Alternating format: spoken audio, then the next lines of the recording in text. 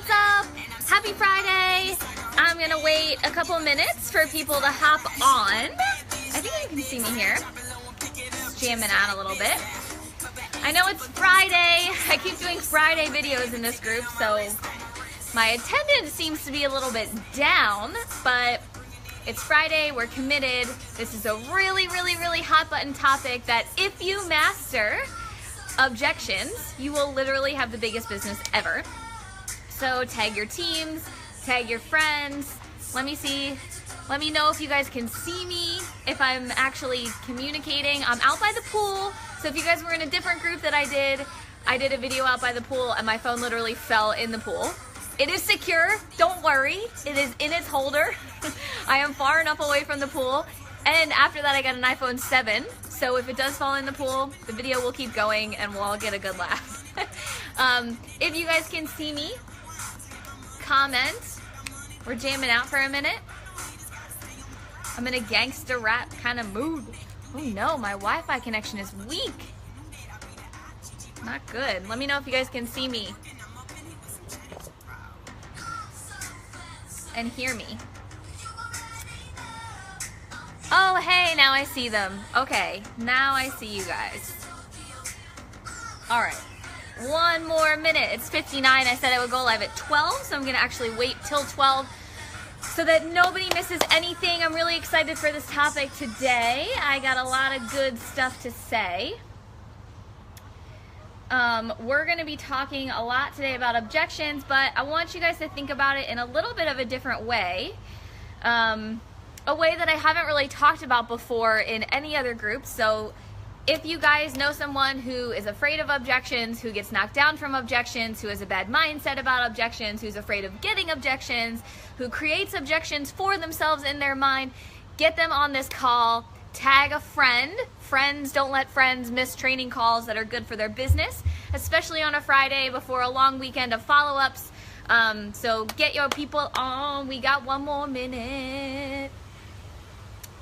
I turned the music off because I didn't know if Facebook was gonna shut the live feed off even though it's in a private group, but that happened to me before. I did a whole video and then Facebook took it down because I had music at the beginning. But I just wanted to get a little bit hyped, got my energized. Are you guys at work today? Are you off today? What's going on? Okay, it's 12. Tell me where you guys are at today. Are you watching on your lunch break? Are you watching at home? Are you watching your kids? What are you doing right now? Tell me in the comments. We're gonna dig deep into objections. I did a lot of research for this call. I've been looking forward to this call. This is my church. I love objections. I think objections are a way for us to grow as people, as coaches. And as much as we don't want to think about Beachbody in this way, Beachbody is at the core. Everything that everyone does in America, overseas, is sales, right? The world runs on sales. Everything that you have in your house, everything you have around you right now, the desk that you're sitting at, the chair you're sitting on, the house you're living in was sold to you, right? Every single thing. The food market is sales. Bills that you pay every single day, water, electric, gas, all of that is sales. But for some reason, there's this mentality that we all have that sales is bad. So I need to wipe away that mentality for us right now. Every single person who gets into Beachbody coaching says, oh, I don't want to be a salesperson. I don't want to sell things.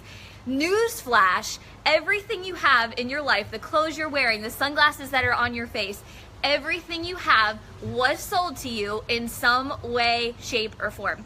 I'm gonna tell you a little bit about my background. So a lot of people don't know that I did work in corporate America for a short time. And when I did work in corporate America, I worked for a medical marketing company. I was the director of operations in New York City. I worked in the Flatiron district, so I went in every single day and sat at my desk. We were a women's medical marketing company. So basically the products that we worked with were Mirena, Plan B, you know, the morning after pill. That was our big account when I worked there.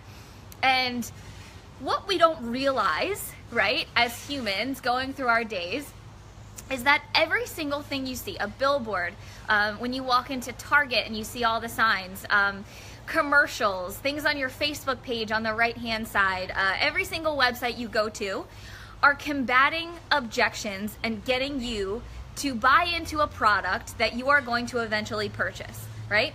Every single thing you see. Even if in your mind you don't think it's sales, every single thing you see, someone at some company has sat there and thought out the message that's coming to you, thought about all the objections that you're going to have, has had multiple people sitting in a boardroom over months at a time coming up with how do we sell this specific product to this specific person. Now I want to ask you something. When you walk into a Target, when you go into a CVS for something that you need, whether it be for medical, whether it be just a t-shirt, whether it be a 3-for-1 on bananas at Whole Foods, whatever it is, do you and I want you to answer these questions below because it's really important that we participate in this stuff. Do you automatically feel offended when you walk into Target and there is a sign about how the bikinis are buy one, get the second bottom half off? Do you automatically get offended? Answer below. Or do you walk into Target and you see those signs and you're like, oh, this is so salesy in here. I cannot believe this. Or when you walk into Target and you see the section right at the front door, you guys know what I'm talking about, where it's $5 stuff. It's like all really cool stuff, like little cheap stuff, maybe like mason jars for your house or whatever. Do you automatically get offended by that section because it's on sale? And you're like, how dare they talk to me salesy like this? No, the answer is no, absolutely not. Absolutely not. So why in our profession, when we go into conversations, do we get defeated? Do I see coaches quitting because people are giving objections? Here's the thing, objections are natural. Every single time you ask someone to spend their money on something, they are going to come up with 10 reasons in their head why they don't need to spend money on that. It has nothing to do with you. It doesn't mean you're a bad coach. It doesn't mean the product you have is bad. If you were selling lipstick or wine or something that didn't really add value, maybe I would say that. But step one to overcoming objections is knowing that they are 150% normal. Even if you go into Target to buy headbands, you will come up with 30 things in your head why you don't need those headbands, even though you walked in there to get it. Am I right? It is said that the average human being in a store makes 675 thoughts in their head before they get to the register. Before you get to the register, when you're in kind of a food situation, every single day, you make 40 or so decisions whether you're going to eat something or not. That is an insane number. So you have to think about, I'm sorry, I got distracted for a second. What an insecure situation it is for someone to address their health and fitness, number one.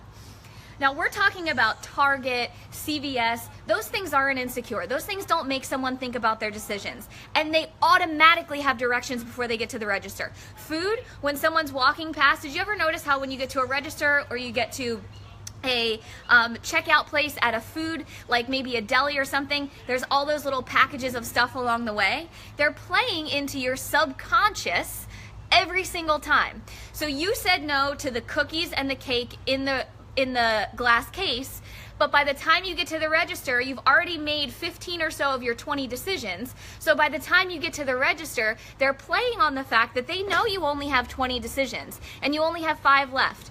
And you make a bargain with yourself and you say, I've done really well up until this point. Now it's okay if I get this small package right by the register, right?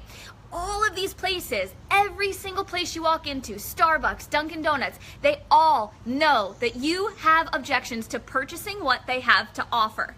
So why is it different for a health and fitness coach who we already know there are going to be objections? Why is it so hard for us to get past them? Because of your mindset, okay? So I want everyone right now to wipe away the thought that objections are bad. Objections are a chance for you to prove yourself, for you to hone those skills of objections. If you don't get good at objections, and if you don't know that they are a pivotal part of what we do, then you will never move forward as a coach if you do not accept them and move on.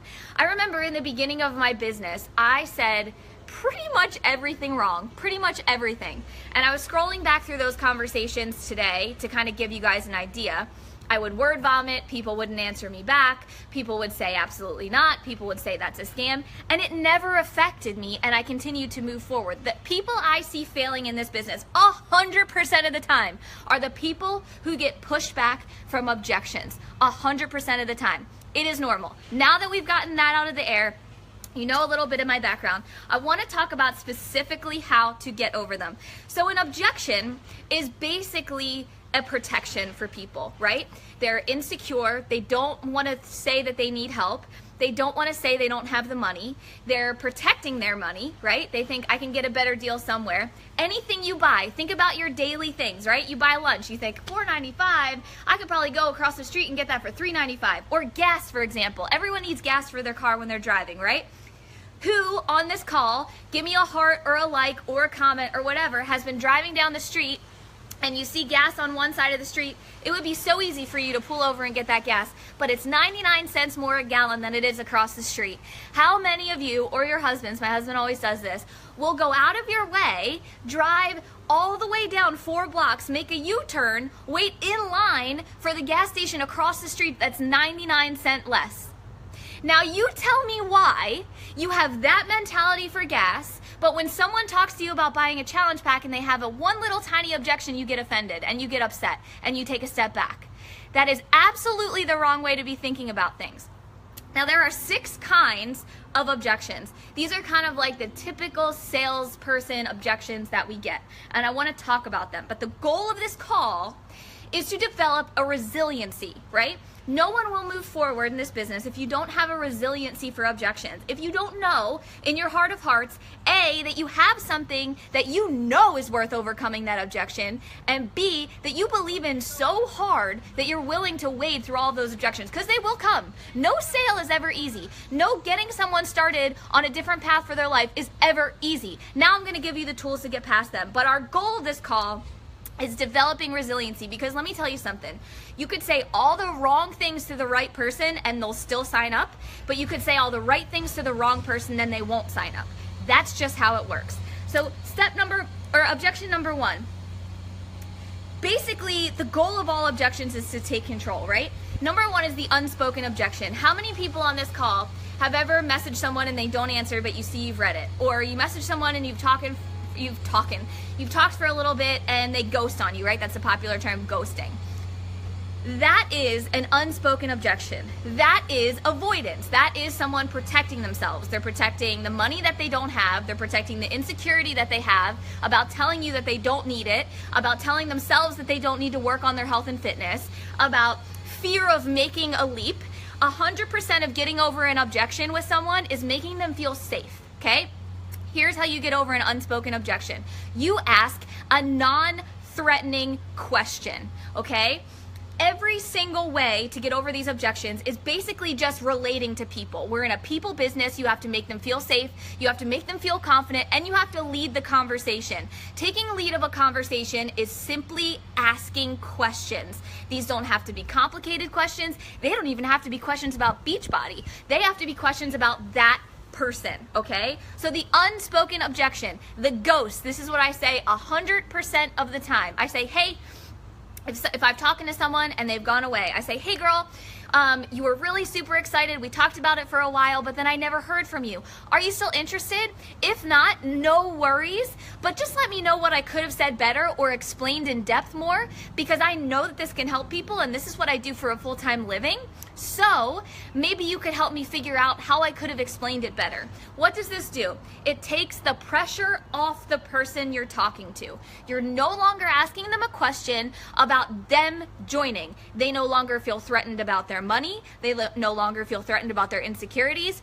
And then 10 times out of 10, unless they're not reading your message, not seeing it, just because we don't realize that everybody's not on Facebook all the time, they will come back and say, you know what? I'm just really insecure about the price and the value, and maybe you could have explained that better. Then what happens is I say, girl, I totally get it. I was the same way, relating. And then I explain the objections, and I will tell you guys 10 times out of 10, that person comes back to me a couple days later and says, you know what, thanks for answering that objection, I'm gonna sign up now. You have to always be asking questions to take control of the conversation. Now, if you're someone who is not confident, maybe you're a brand new coach on this call, which is awesome, by the way, thank you for making time to get on. You build confidence by constantly getting these objections and moving forward. A big part of our job as coaches is to make people courageous enough to make the decision to change their life. I want you to think about that. Make people courageous enough to make the decision to change their life. Now, that doesn't require skill. It doesn't require knowing the right thing to say. It doesn't require a panel of people figuring out how to market something. We have all that stuff done for us. It simply requires you knowing how to take control of the conversation by asking questions and not recoiling when you feel like you're defeated, right? The number 2 most common kind of objection is an excuse. Every single objection that you will receive is an excuse. I don't have the time. I don't have the money. I don't have the courage. Well, no one will actually say that, right? They'll protect it. They'll protect that stuff with, well, I have this, and this month, and I can't do it then. Or, you know what? I think it's a scam, and I can't. They're protecting themselves, right? It's an excuse. How do we combat the excuse? Number 1, you have to be building trust and be building this social collateral to combat these excuses on your public social media. If you are talking to people constantly about joining a challenge group and you're getting money objection after money objection, and you're not talking publicly on your social media about how you afforded it and the value it gave you, how will these people ever trust you? How will they ever trust what you're selling? We're a little bit different from big box stores, like I explained in the beginning, like Target and all of those things, because they have social collateral, right? They have that trust. They have that, oh, everyone buys their outdoor furniture from Target, right? They have that trust factor built already. Since you're a business startup, you need to build that trust, right? So a vitamin store that opens up down the street from, let's say, a CVS or a GNC, they have to start building that trust with customers, with conversations. How do we build that trust? With our social media. If you're not building trust about your challenge groups, about the people who are having success, if you're a brand new coach, guess what? Every single leader in this group started from not having anybody either. How did they build trust? They used examples from their team. They talked about their own experience. If you don't talk about your own experience and the things that you're talking in private to people, there's no way that you will overcome their objections, right? Number 3, the malicious objection. Now, we encounter this a lot because it is health and fitness. Sometimes you'll come across a person who's extremely unhappy with their own life, right? They're extremely unhappy with their weight, with the way they feel, with the fact that they're unhealthy, with the fact that you seem to be feeling great, right? Who's ever been in that situation? I know I used to be that person. I used to be the person who would be really, really kind of underhanded about people who were having success. Well, oh, she had this, or oh, she feels like this because she had that. Kind of like that malicious little jab when you're unhappy. Kind of like misery loves company. Like your friends who are unhappy. They want to go have a drink at the bar with you. They don't want to go work out with you and talk about how great things are going for you, right? The malicious objection, the trick here is that you have to realize it is never, ever about you. It is never about you. The malicious objection is always about an insecurity that that person has that they see that you are overcoming, and it's jealousy. You ever growing up and you're getting teased by people and your mom tells you over and over again it's jealousy and you're like, shut up, mom, it's not jealousy, I'm just not cool. I am your mom telling you that it is jealousy. It is 100% about that person. How do you overcome this? You ask them a question about how they're feeling. A lot of times we make the mistake in conversations of talking too much about ourselves. I'm feeling great. I have so much energy. I overcame this. This changed my life. But the mistake of not asking how other people are feeling. And this leads me into my next most common objection, the subjective one. This is kind of a key or a clue when people say, well, that's okay for you. You did that, but I could never do that. Who's ever gotten that one, right? Or you're successful at this because of X, Y, and Z, and I have this, so I could never be successful at that, right? And that's an excuse too, but at the end of the day, this is a little sign for you that inside that conversation, you're talking too much about what you've accomplished. So there's a healthy balance, right? You have to relate and say, girl, me too, and yes, I was able to do this, this, and this, but then you have to always end the sentence with a question, and here's the key for this objection: flattery. You always have to flatter someone in a conversation to get them to open up. You have to tell them about something that you're impressed with them. For me, a lot of times, it's a simple, wow, I don't know how you juggle 3 children and a job and you're gonna get fit now. That's so amazing, you're such a powerhouse, right? Everyone loves flattery. When you go into Target, okay, and you go to the bathing suit section and they have all these signs about how good you're gonna feel, how great they fit, how great you're gonna look.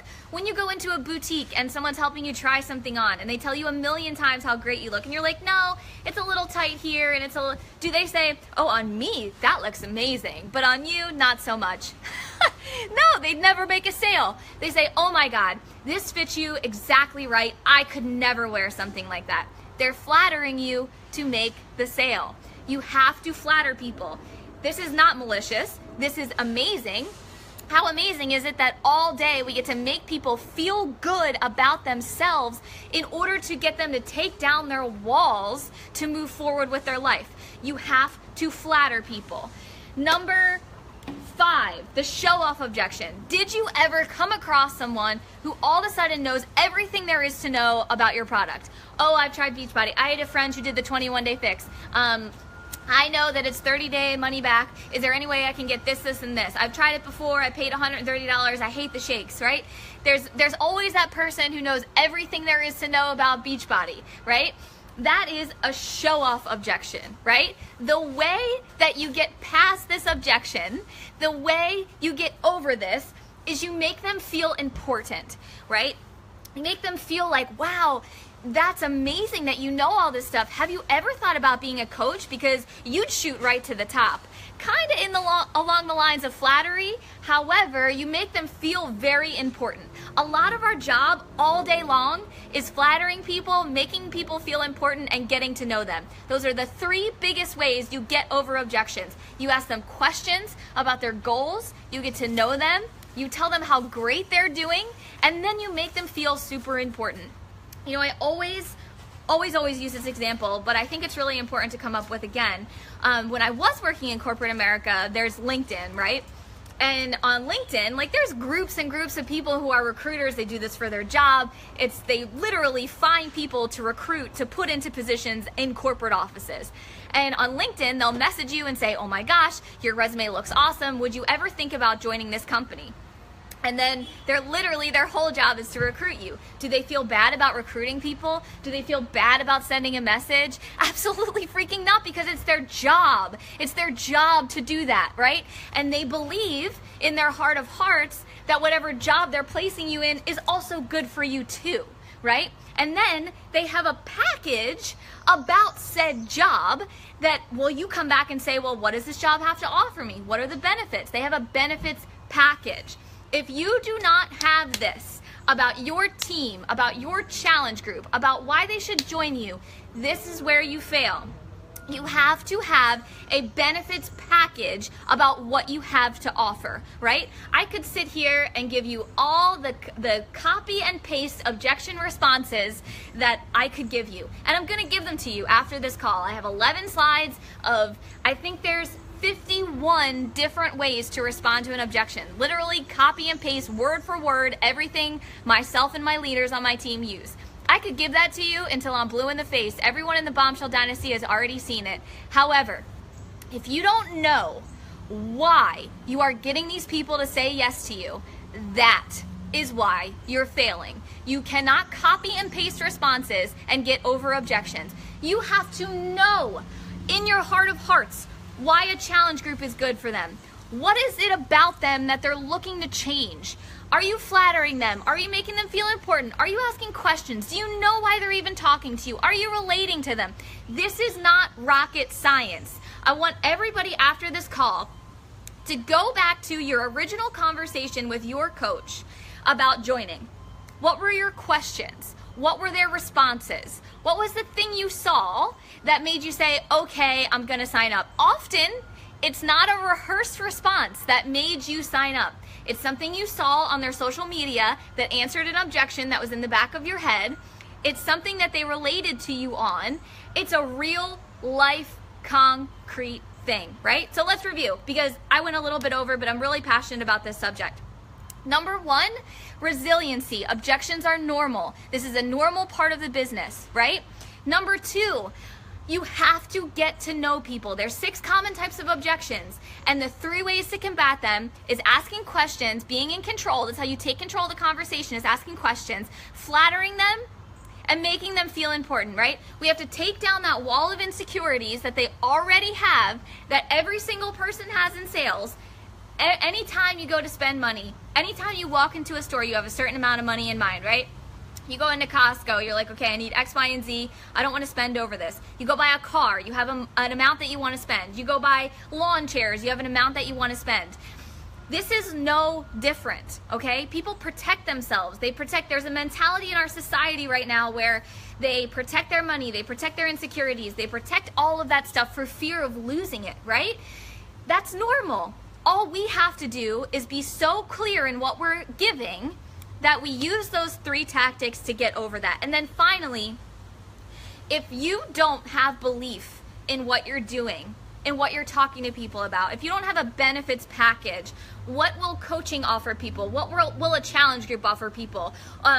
What is the benefit to them joining you versus someone else? What is the benefit to them coming to you versus going to the gym? If you don't have this, I would suggest writing that down today and then using that benefits package to post from and to talk to people from. If you don't have that belief, if you're still on the fence, that's why you can't get over objections. Work from that benefits package every single day. Read it, write it down. At the end of the day, objections are a normal part of this business, and the only way to get past them is to change your mindset. It's people protecting themselves. It has nothing to do with you, has nothing to do with our company, has nothing to do with our product. That's also a protection for coaches who don't understand that it's not about the product, right? I hear a lot of people say, well, I just can't sell a challenge pack. I just can't sell Shakeology. It has to be something wrong with the business. It's too expensive. It's on Amazon, whatever. That's also a protection and an excuse for people who don't want to face the facts. All right, guys, I'm out. Have a good weekend.